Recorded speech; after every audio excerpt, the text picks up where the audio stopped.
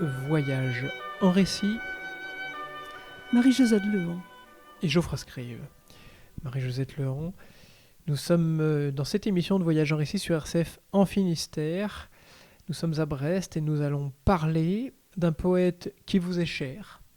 Poète né en 1911, mort en France en 1975, qui, je crois, est né et mort à Paris, mais il n'a pas vécu toute sa vie à Paris, loin s'en faut. Il était dans le village du Bignon, lieu de vie de la Tour du Pin, où il vivait dans un château. Je crois que c'était le château appartenant à Mirabeau, il me semble. C'était le domaine de Mirabeau. Et le château avait été reconstruit au XIXe siècle, mais c'était bien, en effet, la terre des Mirabeaux. Voilà. Et cet auteur dont nous allons parler s'appelle Patrice de la Tour du Pin. Vous lui avez consacré beaucoup de votre temps, beaucoup de vos études, une thèse, dont nous avons là d'ailleurs le texte, Patrice de la Tour du Pin, la quête d'une théopoésie. Alors, peut-être que tout est déjà dit dans ce titre, une théopoésie, c'est-à-dire que Patrice de la Tour du Pin est foncièrement attaché d'une part à la poésie, mais à la poésie, si je puis dire, comme moyen d'accès à Dieu, à une spiritualité pour l'homme. C'est-à-dire que pour lui, la poésie n'est pas un but en soi, elle constitue véritablement un moyen. Si je crois qu'on peut retenir ça de son œuvre, alors différence de vous, je ne l'ai pas lu entièrement, mais je retiens ici La quête de joie, les psaumes de tous mes temps, pour essentiel recueil, et puis ici, le concert eucharistique. De votre côté, vous avez fait une maîtrise de lettres modernes ici à Brest. Nous sommes alors dans les années 70. Vous êtes agrégé de lettres modernes, et puis vous avez simplement enseigné quand même dans cette faculté, il me semble, de Brest. Alors j'ai enseigné dans la Somme tout d'abord, après le CAPES. Ensuite j'ai enseigné dans le Sud Finistère, puis au lycée Amiral Renard à Brest pendant 15 ans. Et ensuite à la faculté des lettres, donc après avoir soutenu ma thèse. Et au cours de cet enseignement, de ces enseignements dans ces différentes maisons, avez-vous eu l'occasion ou la possibilité justement de parler à vos élèves de Patrice de la Tour du Pin ? Alors, un peu, mais surtout à l'université, et encore, oui, là j'en parlais bien entendu, mais je n'ai étudié de texte de la Tour du Pin qu'au niveau du master, étant donné quand même la complexité de l'œuvre. Alors justement, complexité, vous avez dit le mot, et pour préparer justement cette émission, nous avons pris le soin de préparer quelques thèmes ou quelques questions. Alors tout simplement, la première, en quelques mots, pour vous, qui est Patrice de la Tour du Pin aujourd'hui ? Alors, qui était-il d'abord peut-être, avant d'arriver à qui il est aujourd'hui ? Bon, vous avez dit, Geoffroy, qu'il a vécu de 1911 à 1975. Il a affirmé que sa vie n'avait pas de quoi tenter un biographe. Et effectivement, il n'y a pas de biographie qui le concerne, hormis un texte d'Isabelle Renaud-Chamska, mais qui est une biographie spirituelle. Je crois que le sous-titre indique bien déjà que dans la vie elle-même, il n'y a aucun élément extraordinaire à première vue. Les apparences de son existence sont relativement communes. Il était propriétaire terrien, donc au Bignon Mirabeau, marié à une femme qui occupe une grande place dans son œuvre, père de 4 filles. Mais ces apparences cachent en fait une vie intérieure et créatrice d'une richesse et d'une profondeur tout à fait exceptionnelles. C'est donc l'œuvre qu'il faut interroger pour découvrir l'histoire de l'homme. Et d'ailleurs, il dit lui-même « Il est vrai que j'ai noué ma vie et mon poème ». Alors, quels sont les éléments qui ressortent tout de même de son existence ? Eh bien, tout d'abord, vous l'avez dit aussi, l'enfance et la jeunesse partagées entre Paris et les bois du Bignon Mirabeau dans le Loiret, où se trouve le château familial. Ensuite, un élément également important, c'est la captivité en Allemagne de 1939 à 1942. Il y fait l'expérience de la dureté de l'histoire, évidemment, de la vie collective, de la diversité des milieux humains, alors qu'il avait jusque-là eu une existence assez privilégiée. Même s'il avait déjà connu par expérience personnelle le tragique de l'histoire, puisque son père a été tué en 14-18. En 14-18. Il avait même pas 3 ans. Voilà. Alors, et puis en captivité, il écrit. Il écrit beaucoup. Il écrit de la poésie en captivité en Allemagne. Il écrit beaucoup. Ça marquera, ça. Une part très importante de son œuvre est écrite donc dans le camp de prisonniers. Et c'est une expérience qui le marque effectivement, puisque à la fin du premier jeu, dont j'expliquerai tout à l'heure de quoi il s'agit, il y a une section qui est intitulée « La mise à l'autre monde ».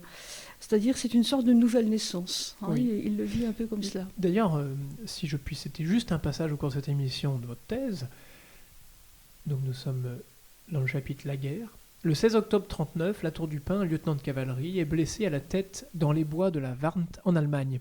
Il côtoie alors la mort, le passage violent de l'autre côté des choses. Ça, c'est intéressant.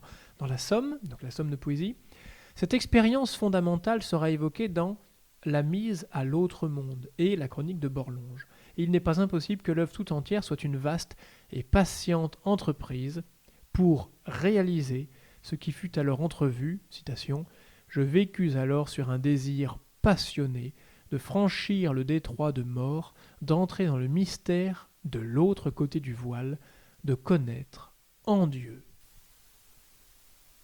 Oui, on voit là la résonance extraordinaire d'un événement bien précis. Hein.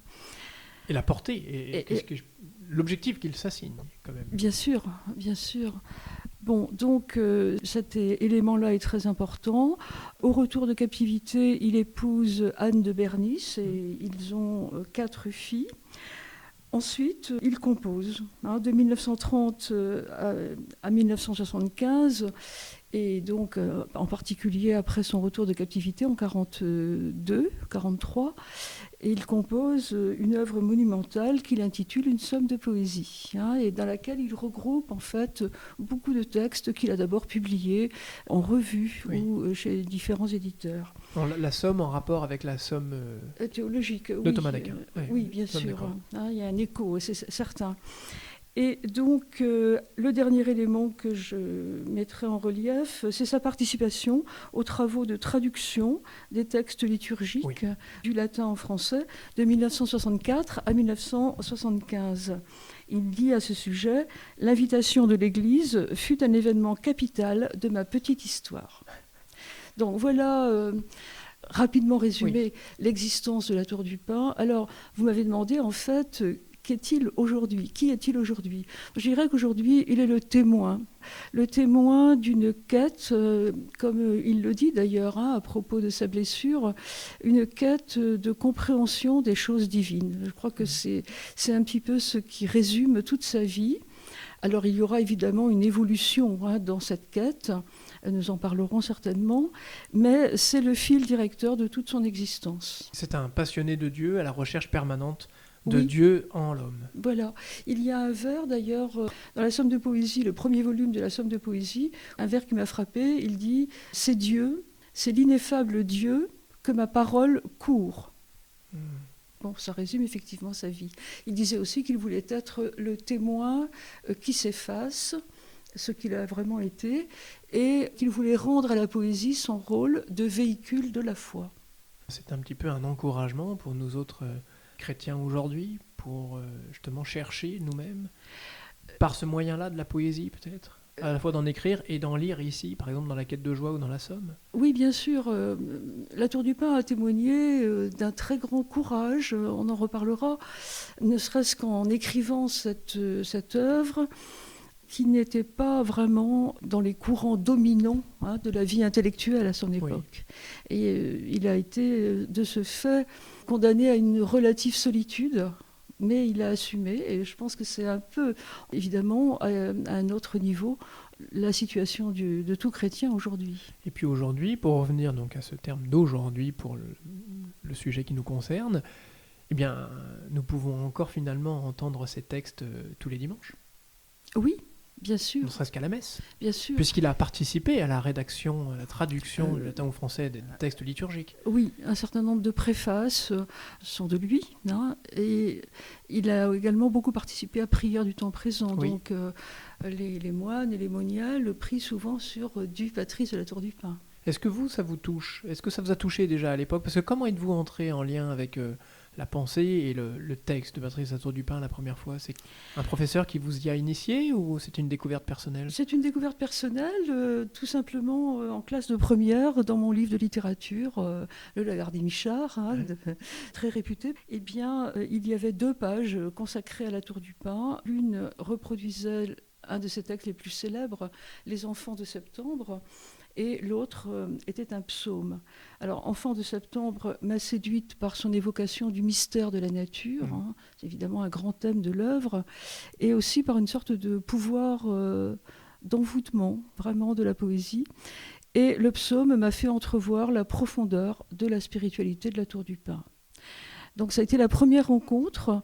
J'ai eu le sentiment qu'il y avait là quelque chose de difficile, mais d'essentiel, et qu'il me faudrait y revenir un jour. Et c'est donc ce qui s'est produit lorsque j'ai eu à choisir un sujet de thèse en 1986. En constatant qu'il y avait encore peu d'études sur l'ensemble de son œuvre, j'ai désiré justement l'explorer à partir de la notion très importante de théopoésie. Alors c'est un mot qu'il a forgé par référence à la théologie. Si la théologie s'efforce de cerner des vérités concernant les choses divines, la poésie les traduit dans un langage qui suggère et qui respecte le mystère, mais qui le rend sensible au cœur. C'est-à-dire qu'elle donne forme aux réalités spirituelles qu'il étudiait et qu'il recherchait. Absolument. Et Latour du Pin a recherché l'union de ces 2 approches d'une même réalité, c'est-à-dire la vie divine et l'univers de la grâce. Oui. Donc je connaissais sa première œuvre, La Quête de joie, parce qu'évidemment, après l'avoir découvert dans le Lagardère Michard, je m'étais procuré La Quête de joie.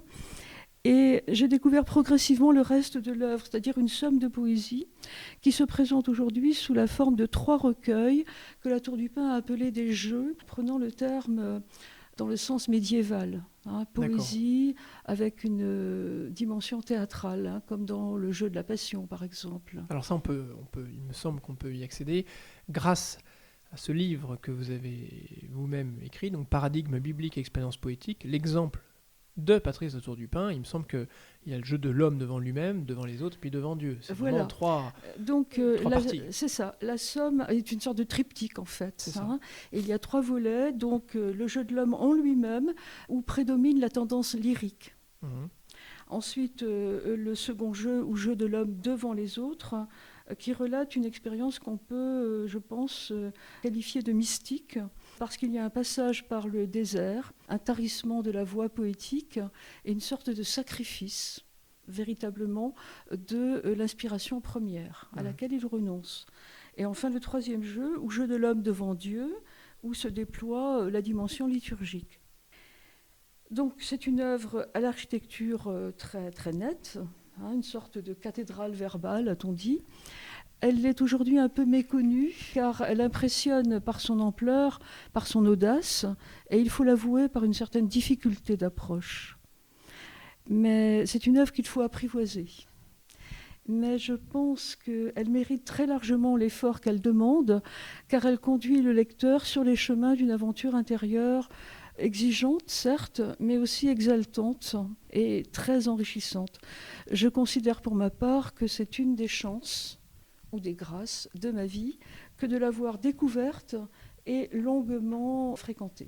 C'est vrai que votre propos fait écho en moi dans les quelques passages que j'ai pu lire, mais notamment de sa perception de la nature. Et le fait de vouloir presque, comment dire, si je puis dire, se mettre à la place du végétal pour savoir comment on peut penser le végétal, qu'est-ce que le végétal peut voir intérieurement, spirituellement. Oui. C'est assez fou quand on y pense. C'est très riche comme approche de la nature, parce que d'une part, donc, il peut y voir des symboles, mais ce n'est pas des symboles desséchants qui auraient un caractère trop intellectuel. Comme vous le dites très bien, il veut s'identifier aux êtres, que ce soit les animaux, les végétaux ou les êtres humains. Il y a une volonté chez lui d'empathie et de communion. Et je pense que cet aspect de la nature, cet amour de la nature, cette connaissance vraiment intime qu'il a de la vie naturelle, au fond, constitue un aspect très actuel de son œuvre. Oui.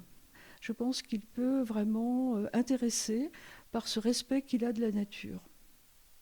Il y aurait une dimension écologique aujourd'hui, si on prend des termes actuels. Oui, certainement, parce qu'il attache beaucoup d'importance donc, au végétal, à la vie animale. Je peux citer d'ailleurs quelques vers. La notion d'incarnation est très importante chez lui, et il dit qu'il veut prendre chair de l'oiseau pour savoir le bonheur du cygne, du faucon, de la fauvette des roseaux. Oui. Où il veut encore prendre le cœur, l'aubier, même l'écorce tendre du hêtre, ou des vertigineux mélèzes d'autrefois, mener la continuelle incarnation, descendre pour rejaillir. Oui. Donc il y a vraiment une volonté de communion, non seulement avec l'humanité, ça aussi c'est très important bien sûr, mais avec tous les êtres en réalité, avec la création. Alors j'imagine que pour vous, choisir cet auteur comme sujet de thèse a été l'occasion, évidemment, d'un cheminement à travers toute sa poésie, vraiment de le comprendre, de mieux le connaître. Parce que c'est une thèse, ça dure minimum 3 ans. Donc, oui, et même à l'époque, comme j'étais professeur en lycée, je l'ai faite, j'ai pris un peu plus de temps, puisque je ne travaillais que pendant les vacances scolaires, ce qui fait que oui, pendant 5 ans, peut-être même 6, je ne sais plus très bien, j'ai travaillé son œuvre à toutes les vacances. Voilà. Mais c'était un grand plaisir, c'était vraiment une œuvre qui m'a beaucoup, beaucoup intéressée. Et je ne regrette pas du tout tout le temps que j'ai consacré. C'est une sorte d'initiation, en fait. Oui. Pour aller plus loin soi-même. À une autre perception du monde. Oui. Il distinguait en lui-même trois instances, en quelque sorte. Il disait qu'il y avait en lui le sauvage, donc l'amour de la nature, le chanteur, l'amour de la poésie, et le paradisier, l'amour de Dieu. Bon, il se trouve que ces 3 domaines, alors évidemment je n'avais pas le génie de la Tour du Pin, mais ces 3 domaines m'intéressaient aussi beaucoup, et par conséquent j'étais très heureuse de rencontrer cette œuvre. Et l'avez-vous rencontré lui, tout simplement? Ou jamais? Il était décédé. Quand j'ai commencé à travailler, c'était en 86. Ah oui, pardon. Et donc il était mort en 75. En revanche, Madame de la Tour du Pin m'a accueilli très généreusement et a mis à ma disposition tous les documents dont je pouvais avoir besoin. D'accord.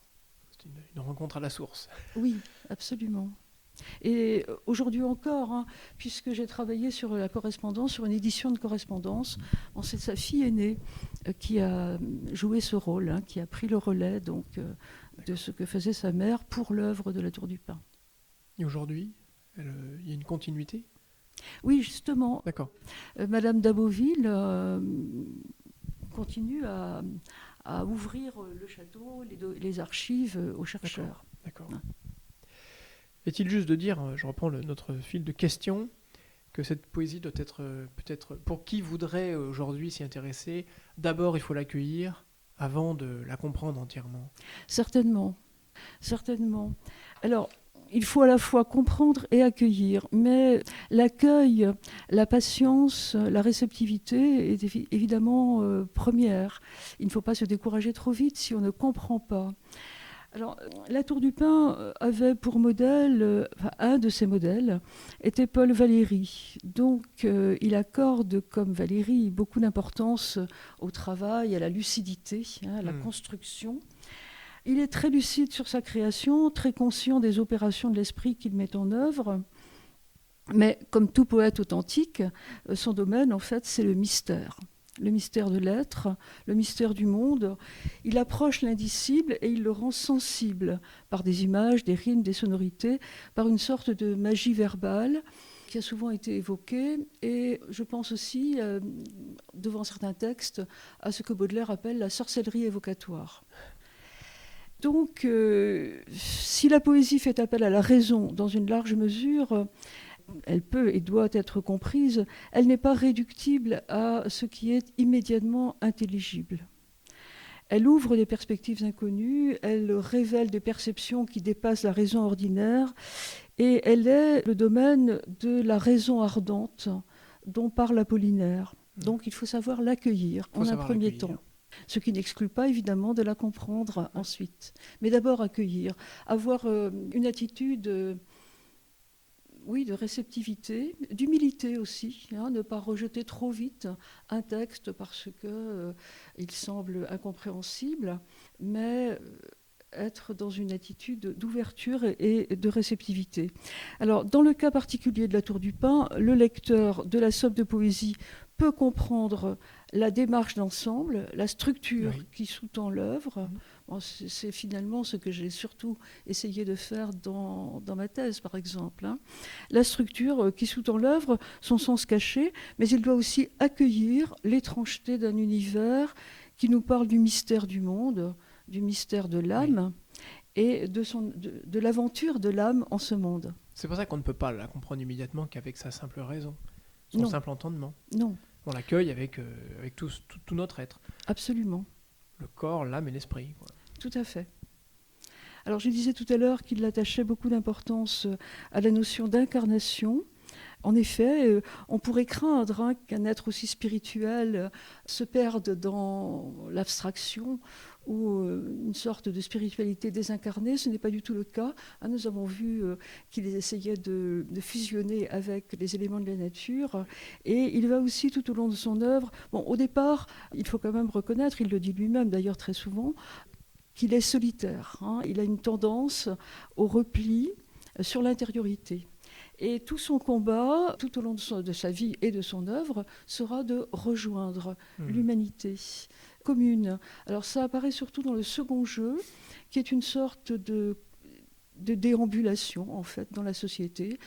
Au hasard, il va rencontrer des êtres et essayer de cerner leur mystère, ou en tout cas de respecter leur mystère et d'établir avec eux une sorte de relation de fraternité. Il l'appelle ce second jeu, le jeu de l'homme donc devant les autres, il l'appelle aussi la contemplation errante. Ah oui. Très belle expression. Très belle expression. Dans le premier jeu, la contemplation est surtout solitaire. Dans le second, elle devient contemplation errante, c'est-à-dire rencontre de l'humanité dans sa diversité. Ça rappelle un petit peu aujourd'hui, je sais pas, moi je pense quand vous dites ça au quatrain d'un certain François Tcheng, quelque part. Oui, on pourrait trouver... là, les formes sont très différentes, mais dans l'esprit, on pourrait en effet trouver... Ou le frère ici, à Landévennec, Gilles Baudry, bien sûr, qui aime beaucoup La Tour du Pin d'ailleurs. Oui. L'attention à l'instant, l'attention au monde.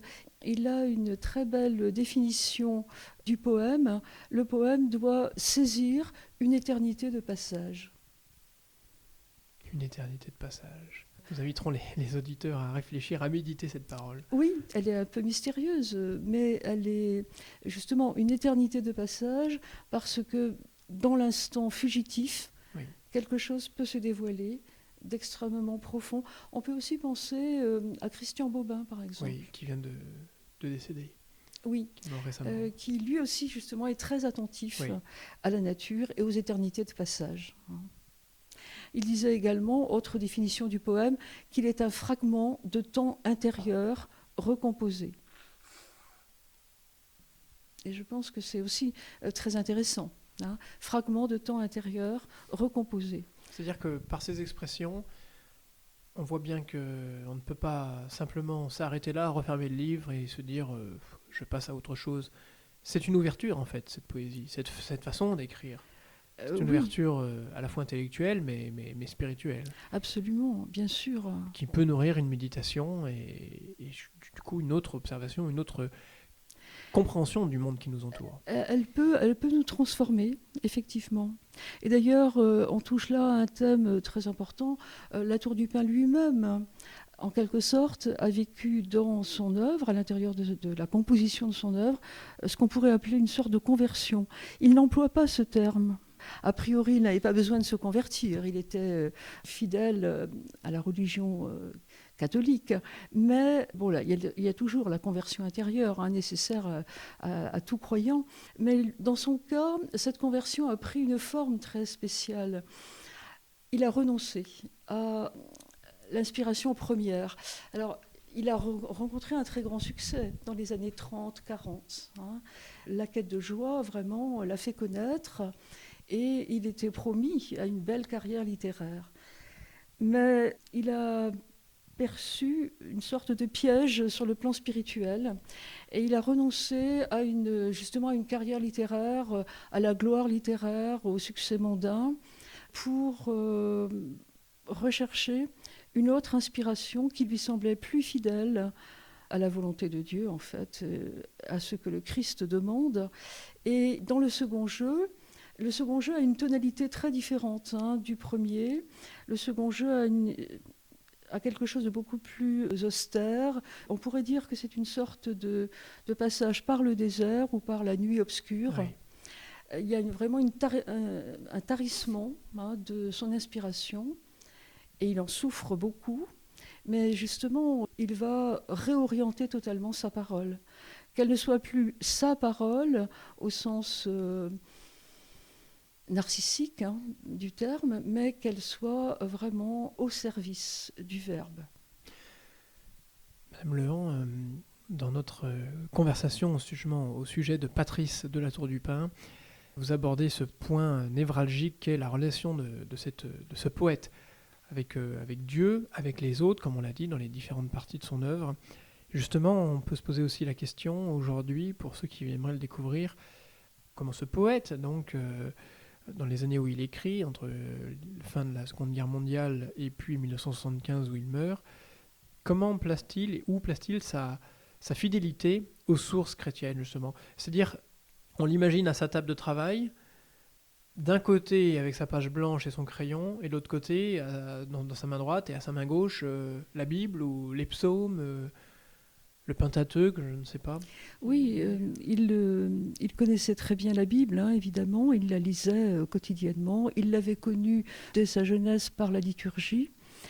Et la Bible, non seulement il la lit, il l'étudie, mais il se nourrit du texte sacré, mais, alors c'est assez difficile à exprimer, il va dans son œuvre revivre en quelque sorte, à sa manière, les grandes étapes de l'histoire, peuple de Dieu. Il déchiffre et il reproduit en les transposant ces étapes fondamentales. Et on le voit très bien dans le second jeu. Si on regarde le titre des différentes sections, on a par exemple l'Exode, le baptême au désert, audience de la passion, l'agonie de l'intelligence, prière de la mer Rouge. Donc vraiment, il revit de l'intérieur et dans l'écriture les étapes fondamentales de la relation à Dieu, telles que la Bible les évoque. Et puis lui-même, il me semble, traverse une longue période de désert, dans laquelle il a extrêmement de mal à écrire la moindre ligne parfois. Oui, c'est le second jeu. Je crois que sa femme l'expliquait que ça pouvait parfois lui prendre une semaine pour écrire un vers convenable, enfin qu'il jugeait peut-être acceptable. Oui, alors ça correspond donc aux années... Nous sommes dans les années 50, là. Voilà, une majorité des années 50 jusqu'en 58-59. Et c'est l'étape du second jeu, qui est publié justement en 59. Et c'est une sorte d'épreuve vraiment purificatrice. Il s'est exprimé à ce sujet, au sujet de cette période de désert, un peu après, oui. Ah oui, beaucoup. Dans le troisième jeu, alors une fois que l'épreuve est traversée, on peut dire surmontée. Et qu'elle a porté ses fruits. Oui. Il écrit plusieurs lettres à ses lecteurs. Il entame un dialogue avec les lecteurs et il explique tout ce qu'il a vécu, tout ce qu'il a voulu faire. Et puis, il évoque justement ces difficultés terribles de la période donc, des années 50. On peut parler vraiment d'une conversion de l'inspiration et d'une sorte de sacrifice qui me semble vraiment unique dans l'histoire littéraire française. Ah oui ? À ce point, oui. Ah oui, à ce point, oui. Que quelqu'un renonce. Je ne vois pas d'autres exemples de quelqu'un qui renonce volontairement, bien entendu, à une formule qui avait du succès. Mais il disait, je ne veux pas refaire du La Tour du Pin. Donc, il ne voulait pas exploiter un filon fécond, si l'on veut, en tout cas, qui lui assurait le succès. Il cherchait autre chose. Donc là, pour vous, Il témoigne d'audace, Oui, d'aventure. absolument. Absolument. Il repart de zéro peut-être. Certains ont pu parler de suicide littéraire. Bon, l'expression n'est pas juste, bien entendu, mais dans les faits, oui, ça y ressemble un peu. En fait, ça ressemble plutôt à un baptême, quelque part une plongée dans la mort pour ressortir à la vie et repartir sur quelque chose de neuf. Bien sûr. Et dans le second jeu, il y a justement cette évocation d'une sorte de baptême dans le sang, dans l'eau et dans le sang. Bon, il y a des images qui rappellent vraiment la passion du Christ. Je crois que, il ne faut pas évidemment comparer ce qui n'est pas comparable, mais il revit donc les étapes qu'évoque la Bible. Il revit aussi, je pense, le sacrifice de ce qu'il a de plus précieux, à l'image donc du Christ, enfin de très loin, mais à l'image du Christ quand même.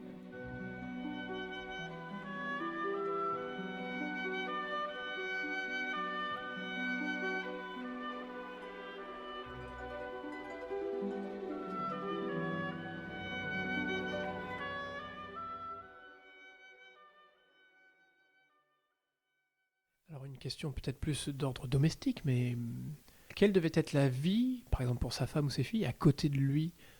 C'est-à-dire au quotidien, c'était fait de quoi une journée de Patrice de la Tour du Pin et de sa famille? Alors le matin, il écrivait pendant 4 à 5 heures. J'ai travaillé d'ailleurs dans son bureau et c'était très émouvant, je dois dire, parce que c'était un bureau qui ressemblait vraiment à une cellule monacale. Mais entouré de très grands arbres, donc il y avait toujours cette présence de la nature. Donc toute la matinée était consacrée à l'œuvre, à l'écriture, et les après-midi, il s'occupait de la gestion des terres, des fermes, puis il recevait aussi des amis. La correspondance montre... Alors, ce que je dis aujourd'hui peut donner de lui une image, disons, un peu austère, mais en réalité, la correspondance montre que c'était un homme très accueillant, qui avait beaucoup d'humour et qui aimait vraiment la vie.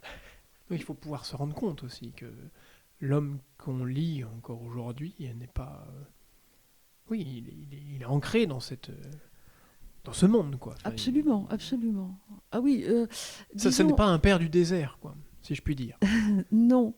Disons qu'il avait une tendance quand même à une spiritualité qui aurait pu être désincarnée. Il a senti le danger très jeune et il a vraiment travaillé pour s'orienter vers l'autre. Ça a été quand même son souci constant. Mais il y est très bien parvenu.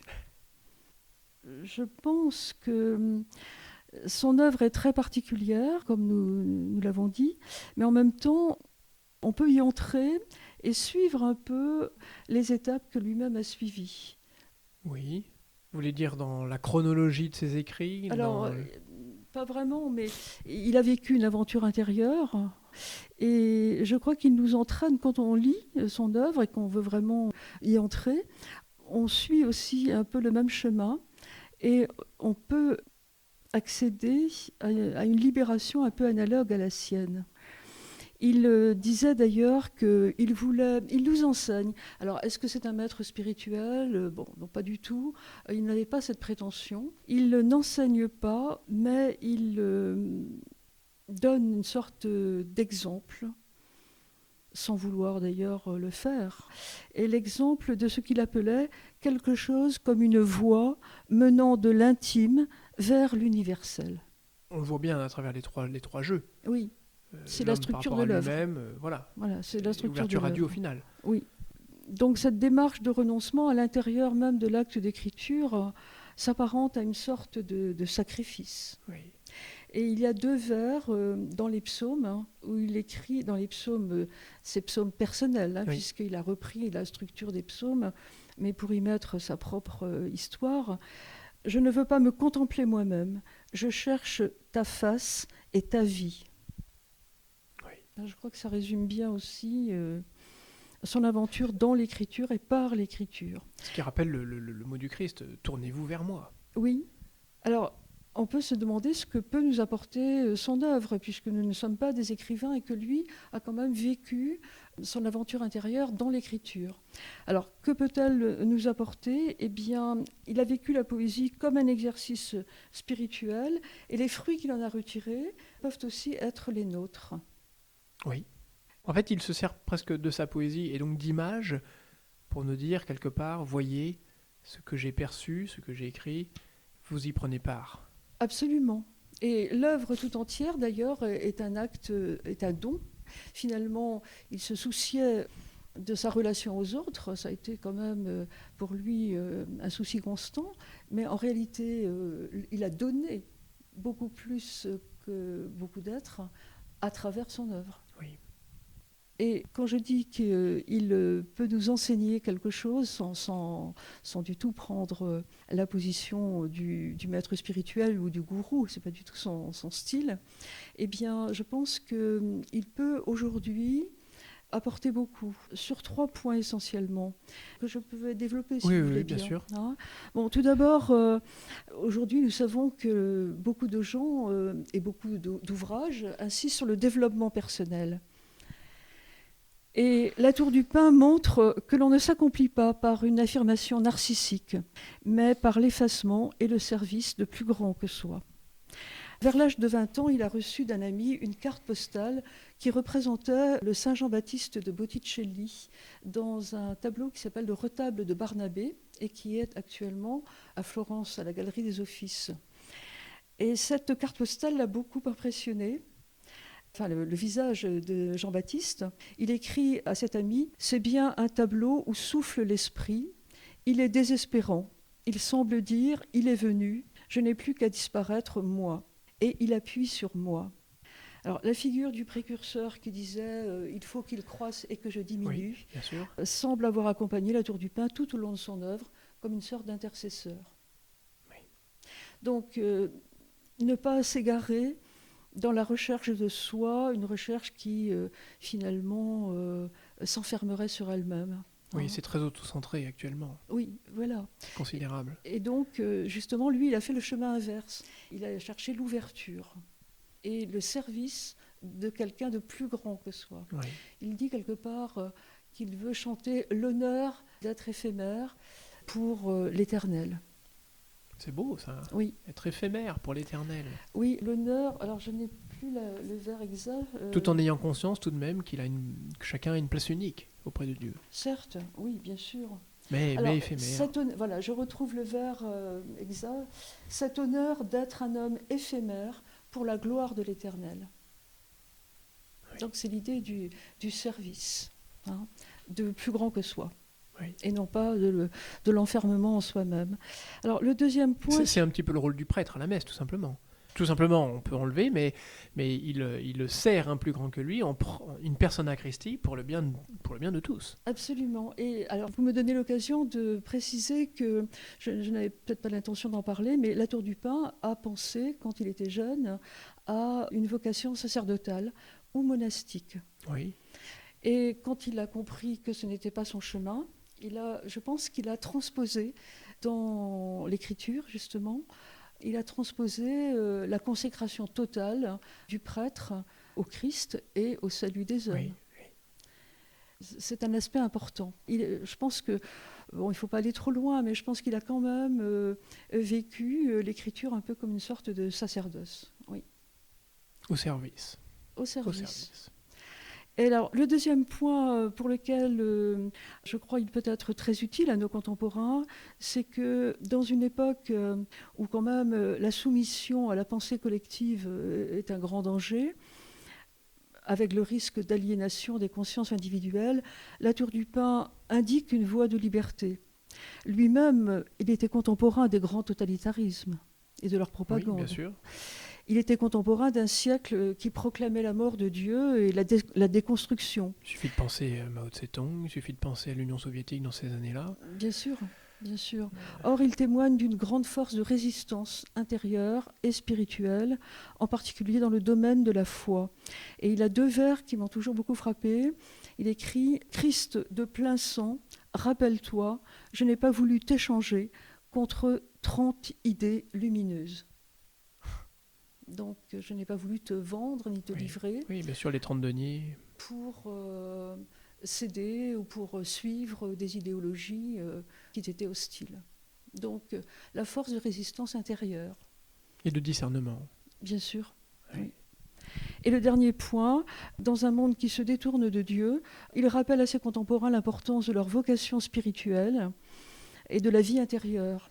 Un peu comme Bernanos finalement. Bon, les deux hommes sont très différents, mais au fond, ils mettent en garde contre les mêmes dangers.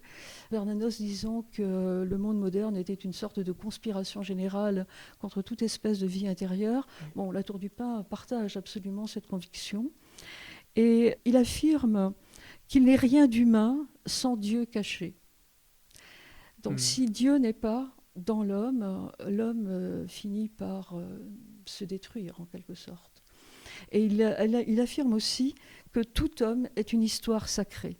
Alors ça, oui, ça rappelle des paroles de la messe actuellement, voire certains chants. D'un cantique. D'un cantique. Oui, voilà. mais en fait, c'est lui qui est l'auteur de cette phrase qui est devenue le refrain d'un cantique. Et elle se trouve au début d'un de ses recueils qui s'appelle « La vie recluse en poésie ». Tout homme est une histoire sacrée. Donc là aussi, je crois que cette conviction est le fondement du respect qu'on doit avoir pour tout être humain. Est-ce que ce sont par exemple cette parole en particulier et d'autres qui ont donné l'idée aux ecclésiastiques de s'intéresser à Patrice de la Tour du Pin pour lui demander ce travail d'élaboration de recueils et de préfaces et de textes liturgiques? Oui, probablement. Hein, il y avait l'Église suivait ses travaux, ses publications, et je pense qu'en effet, ça a pu conduire à le solliciter.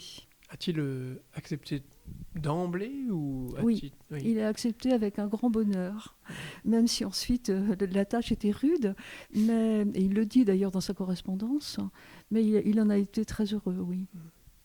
Et il s'est consacré à cette tâche qui était quand même très prenante, non pas vraiment au détriment de son œuvre, mais enfin, là encore, c'était une forme de sacrifice, dans une certaine mesure.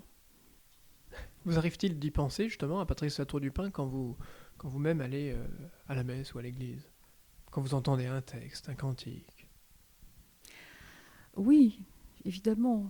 Alors, je n'ai pas quand même... Madame de la Tour du Pin me disait qu'elle reconnaissait les textes auxquels il avait beaucoup participé. D'accord. Moi, non. Mais quelquefois, tout de même, oui, certaines formules, je les lui attribuerais volontiers. Voilà. Alors justement, nous avons dit, mais peut-être faut-il le redire, que peut-être encore plus avec cet exercice ecclésiastique de la fin de sa vie, l'accent est vraiment mis sur une écriture non pas pour soi, mais pour se dépasser, pour accéder, pour mieux connaître Dieu tout simplement, et écrire pour les autres, parce que dans cet exercice ecclésiastique, il a dû se dire les textes auxquels je vais participer, que je vais écrire, ce ne sera pas pour moi. Non. Ce sera pour le célébrant, et ce sera peut-être des réponses pour l'assemblée. Oui, donc là, c'est vraiment... Parce qu'évidemment, tout poète peut se dire, bon, j'aurais écrit ce recueil, et puis personne ne le lira jamais à voix haute. Mais la poésie est faite aussi pour être lue à voix haute. Donc là, c'est vraiment le cas, quelque part. Oui, bien sûr. Oui, je pense qu'il l'a vécu un peu comme une sorte d'achèvement, d'accomplissement de tout le chemin qui avait été le sien antérieurement. Oui. Donc c'est une autre exigence, quelque part. Ou plus haute, peut-être. Oui. Oui. Mais je pense qu'il l'a vu comme vraiment l'aboutissement de sa vocation profonde. Alors, je voudrais justement insister sur sa situation très particulière dans le domaine poétique. Il a des points communs avec les poètes qui sont ses contemporains. Bon, il faudrait une étude beaucoup plus approfondie pour les mettre en relief. Mais il se singularise donc par cette démarche quand même très profondément spirituelle, et aussi parce qu'il refuse une poésie volontairement hermétique. Oui. Bon, sa poésie peut être difficile parce qu'elle traduit une expérience intérieure exigeante. Mais il refuse, lui, l'hermétisme volontaire qui se replierait sur un pur univers de langage et qui n'aurait d'autre but qu'elle-même. Et il refuse en fait d'être héritier de l'hermétisme malarméen. Ce faisant, il orientait sa poésie vers les besoins profonds des hommes, et ses déclarations sont à cet égard très nettes.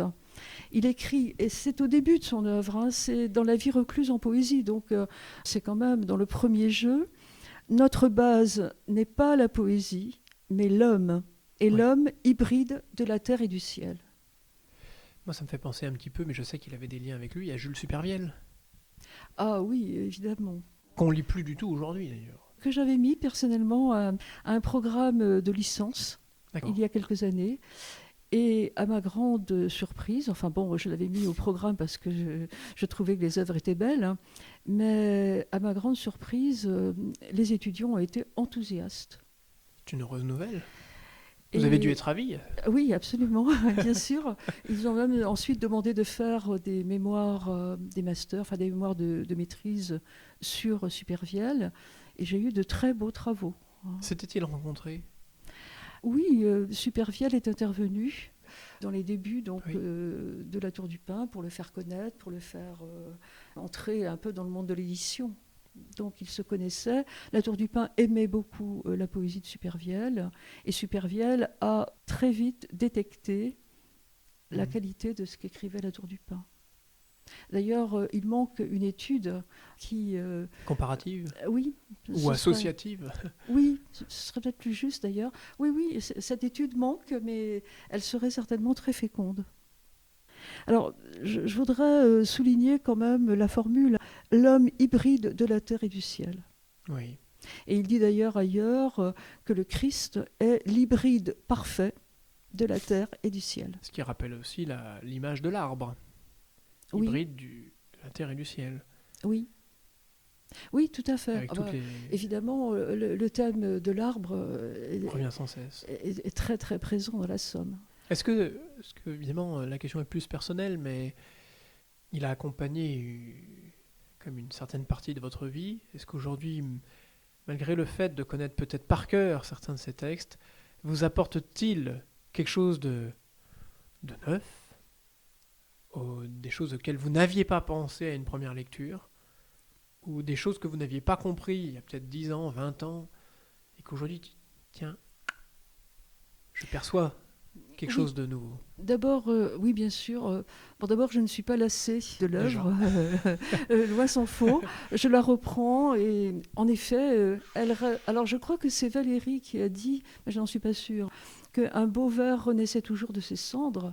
Et je pense que les grandes œuvres sont celles qui ne s'épuisent jamais.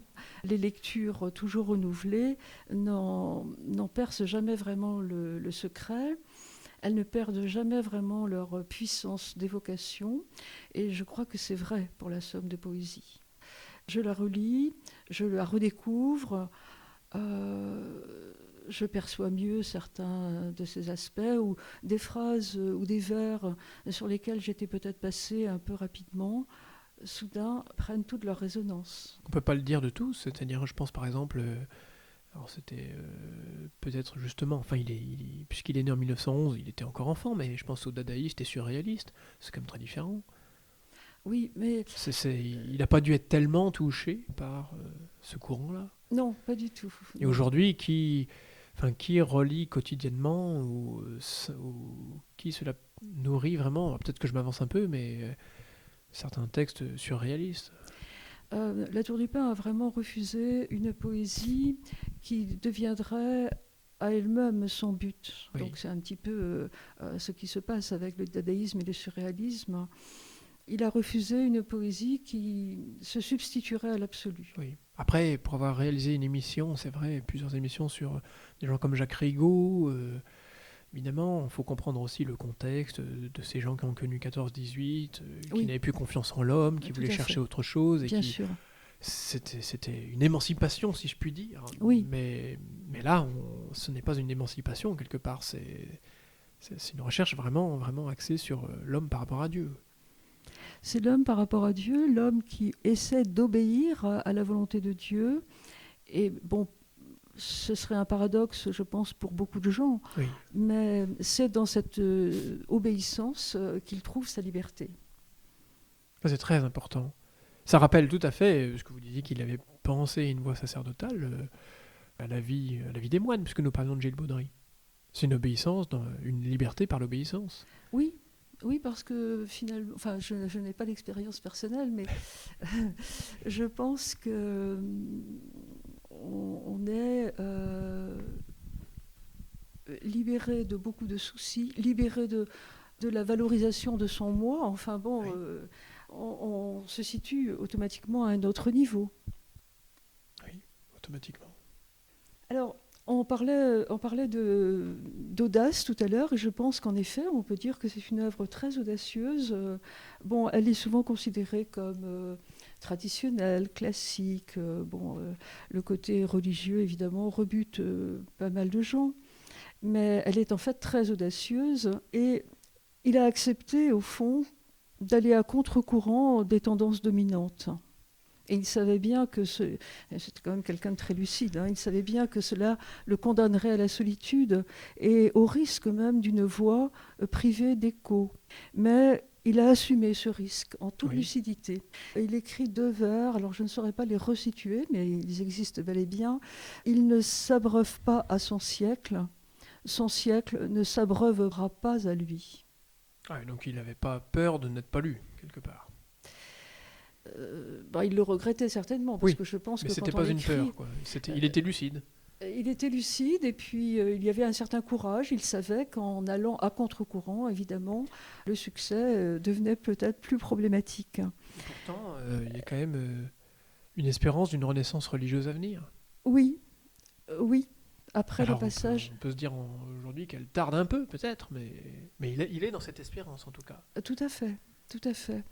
Et donc, il n'a pas vraiment lutté contre cette peur de la solitude ou de l'incompréhension. Il l'a acceptée. Mais il développe dans le 3e jeu une très belle image dont je voudrais parler, parce que Oui. vraiment, elle résume bien toute sa démarche.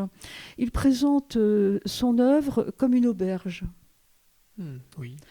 Donc, c'est une métaphore, bien sûr, une auberge où le poète ne sera ni le mage, ni le voyant, ni le prophète, ni le guide spirituel, mais à l'image du Christ, il sera parmi ses semblables comme celui qui sert. Et moi, je suis parmi vous, comme celui qui sert. Comme celui qui sait. Alors, j'ai relevé deux strophes d'un poème qui est intitulé « Lieu dit l'auberge ».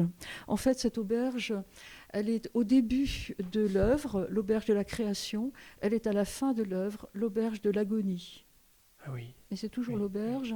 Et donc, dans ce lieu dit l'auberge, voici ce qu'il écrit. « J'inviterai tous les passants, riches ou pauvres, j'aurai tous les couverts de vermeil qu'on désire.